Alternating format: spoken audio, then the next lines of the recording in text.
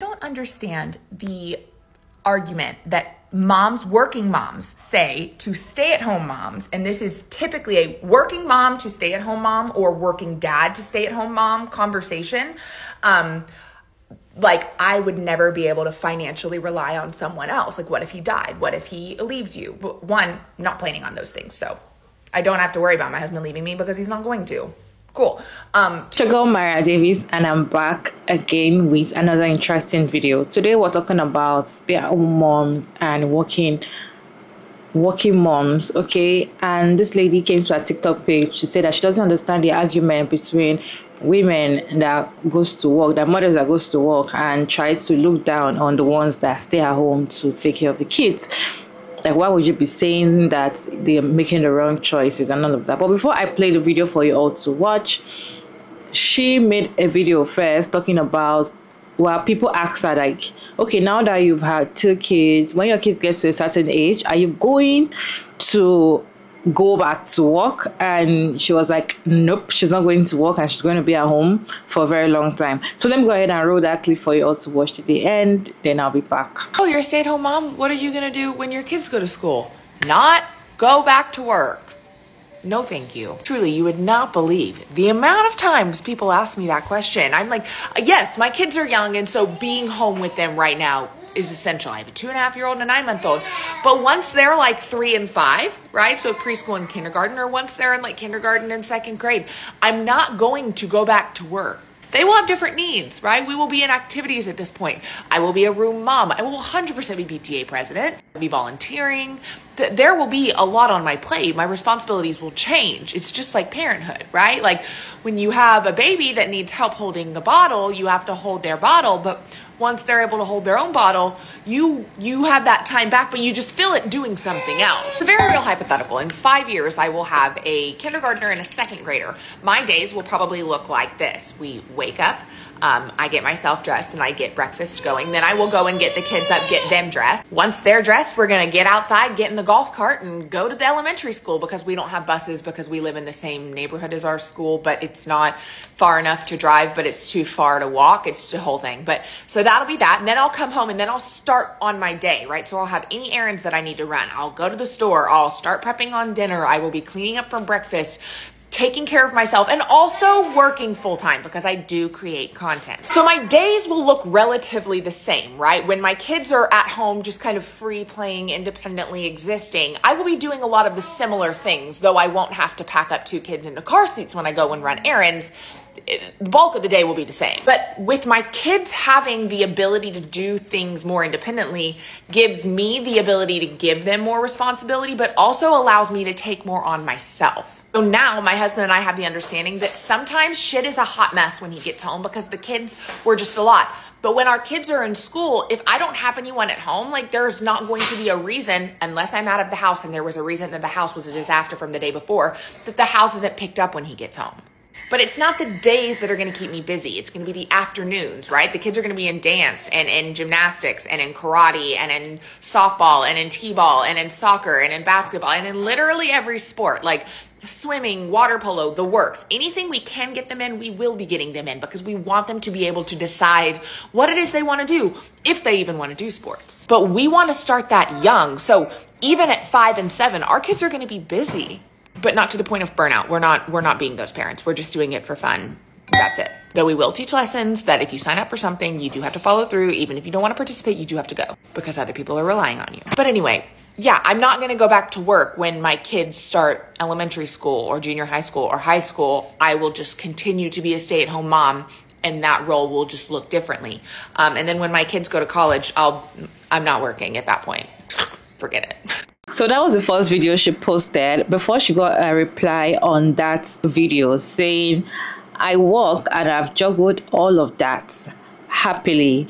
Thank goodness I have financial freedom as I near my 50s. I can't imagine relying on someone else. So that's the comment she got from someone, and this made her to make this other video, and that's the video we're talking about today. So let me go ahead and roll the clip for you all to watch to the end, and I'll be back at the end of the video. I don't understand the argument that working moms say to stay-at-home moms, and this is typically a working mom to stay-at-home mom or working dad to stay-at-home mom conversation, like, I would never be able to financially rely on someone else. Like, what if he died? What if he leaves you? But one, not planning on those things, so I don't have to worry about my husband leaving me because he's not going to. Cool. Two, if he dies, one, we have life insurance. Two, I would obviously pivot. Even if I was working full time, if my husband passed away, like, obviously I would pivot. But let's talk about the financial freedom thing. Like, my husband makes the amount of money he is able to make because I am able to stay at home with our children and watch them. Because by me not working saves us over $50,000 a year in childcare. I'll just put it at that. But he relies on me so much too. Like, the man without me wouldn't have clean clothes. He wouldn't have food in his fridge. He wouldn't have a relationship with his children. And not because he doesn't try, but because he doesn't have time. He works too much. And I'm not saying he works too much, but he works too much to do those things. So we adjusted our lives to where I could do those things. But these kinds of comments, I work and I've juggled all that happily. It is such a dig. It is such a, well, you're just a lazy piece of shit that you don't want to enjoy it all. And it's just rude. So Sarah, I'm very happy for you that you have financial freedom, but it's probably good because you're a little rude. And I don't know if I would want to stay married to someone that makes comments like this to strangers on the internet. What is your take? Let me know your thoughts down in the comment section.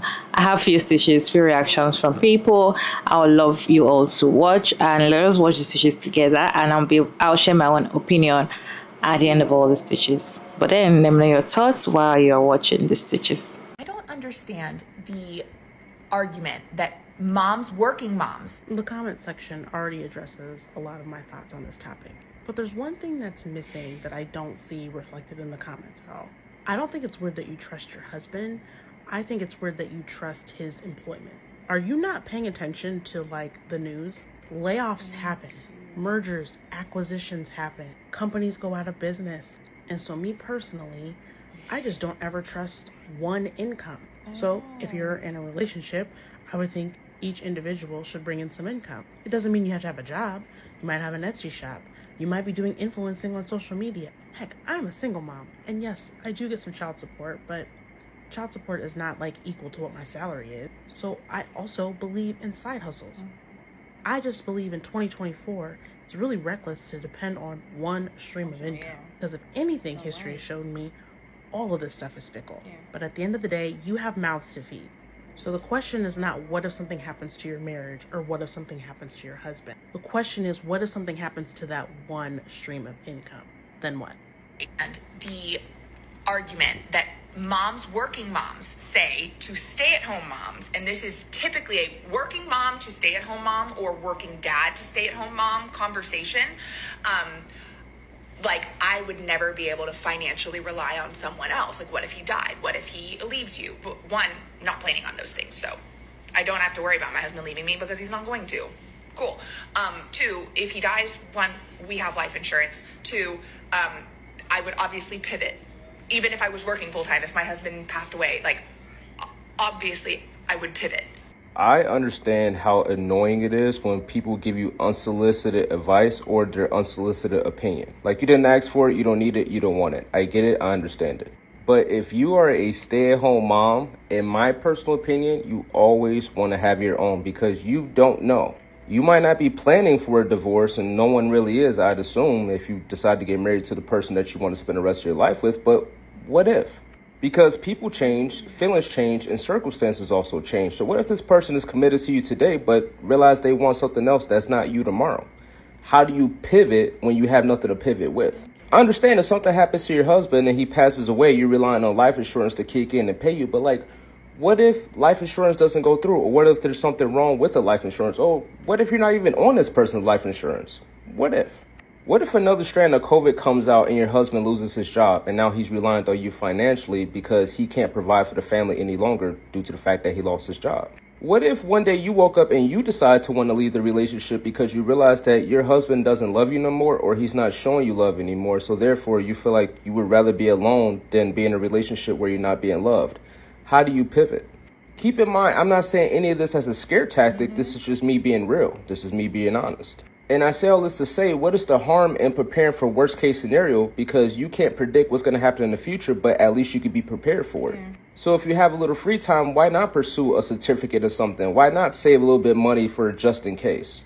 Why not create a plan B and a plan C if you need to leave or if something happens to where you have to provide for the family? I am not saying don't be a stay-at-home mom. What I am saying is that if you decide to be a stay-at-home mom, be a prepared stay-at-home mom. That's all I'm saying. Like, I would never be able to financially rely on someone else. That creator talks about how she's financially dependent on her husband and she's a stay-at-home mom and they're never going to get a divorce. And as a woman who just had to file for divorce back in September and I was financially dependent on a man, I have some very hot takes on this. I come from a place of a man pays for everything and a woman can go to work and she's going to keep all her money. Sprinkle, sprinkle, because I know that sprinkle, sprinkle lady recommends the same thing. And before anybody comes for me in the comments, that man married me knowing exactly who I am. My advice for women is to stay relevant. Stay relevant. Go to work. Get an Etsy shop. Do something. I remember my daughter being little and I was asking this man if I could get my nails done and I was like, absolutely not. And I got a job at a makeup counter because I was a makeup artist before the baby.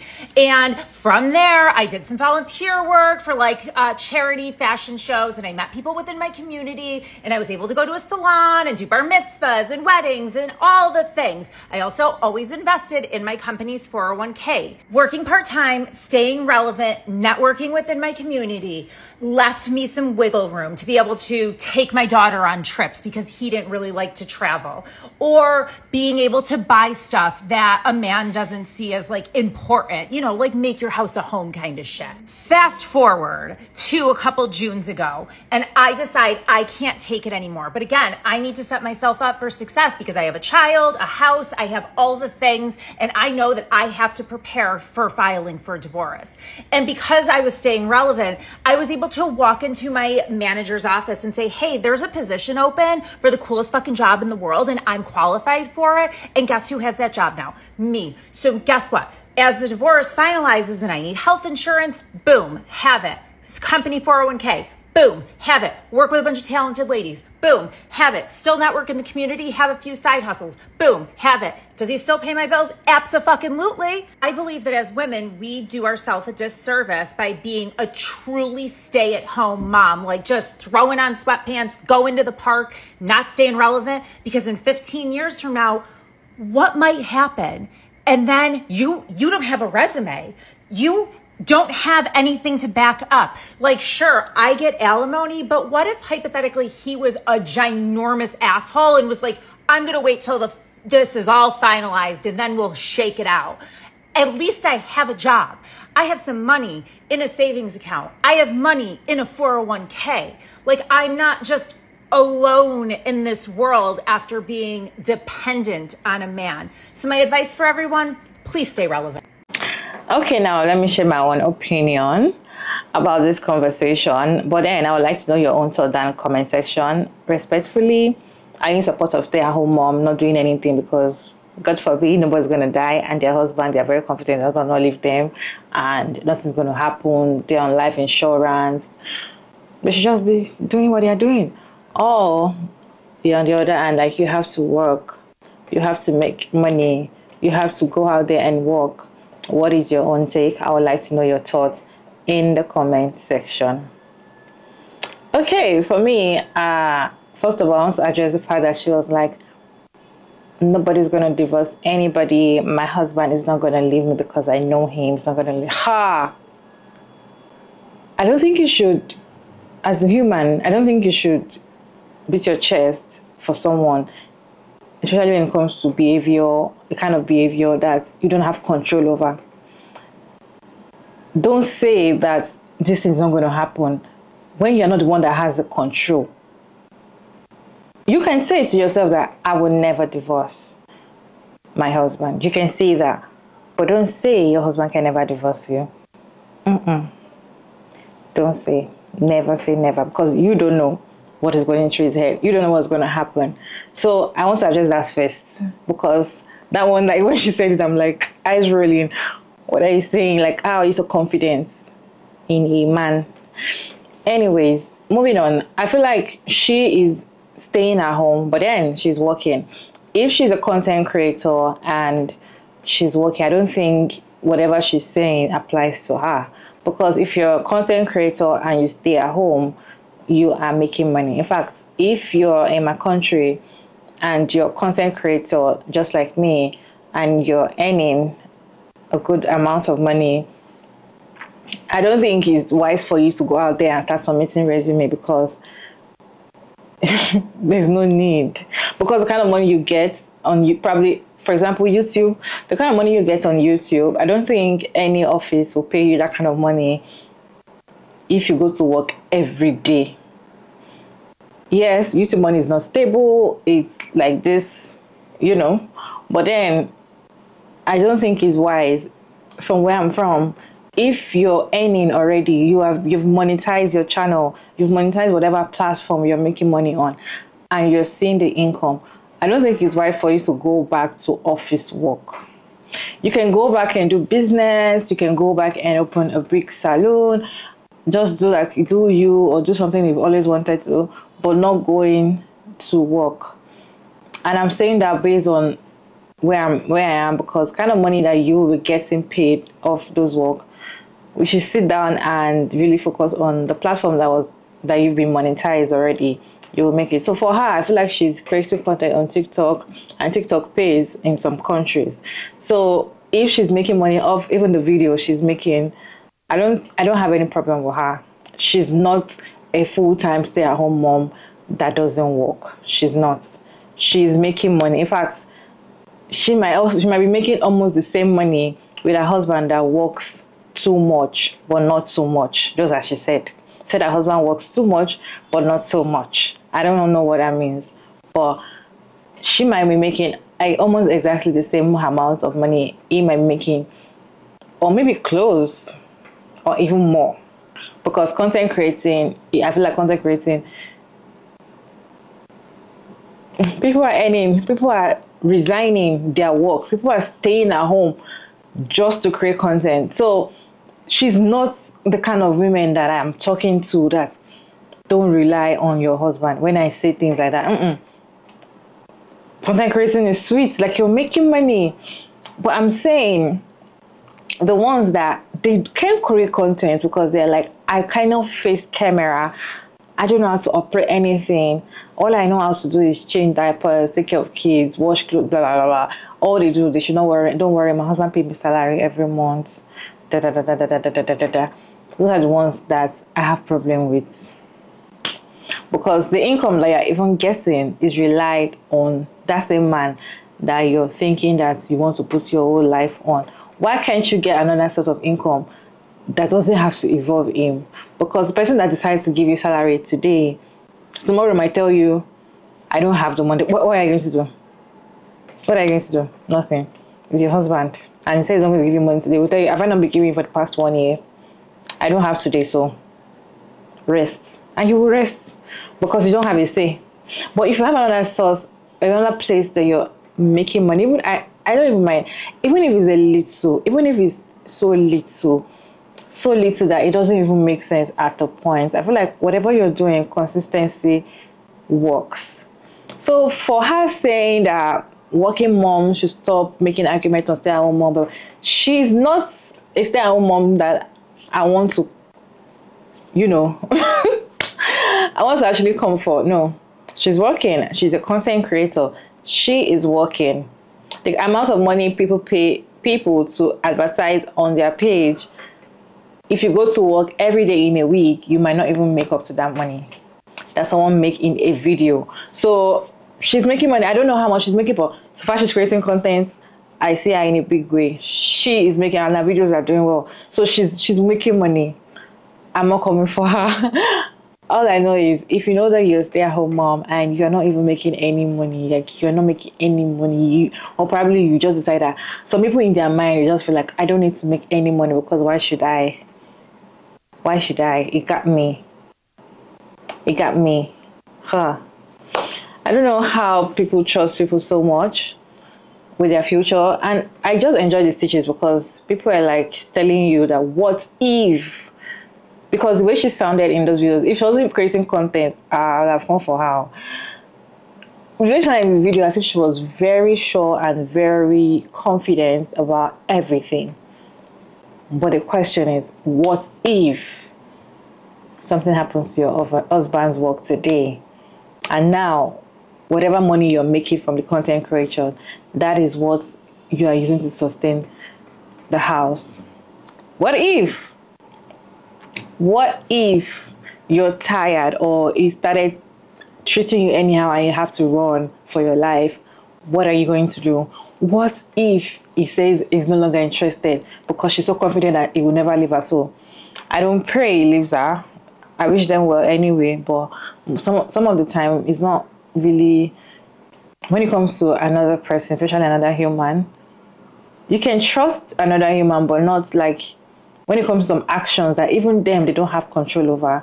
It's very difficult for you to beat your chest and say it out loud, like, I know, like, you don't know. You hope or you wish, you don't know. Anyways, let me know your thoughts about this video down in the comment section. I thank you all so much for sticking around to this point. I hope you enjoyed this video. If you did, kindly put your thoughts in the comment section, thumbs up, and subscribe. Turn on the post notification bell when you subscribe, and I'll see you all in my next video. Bye.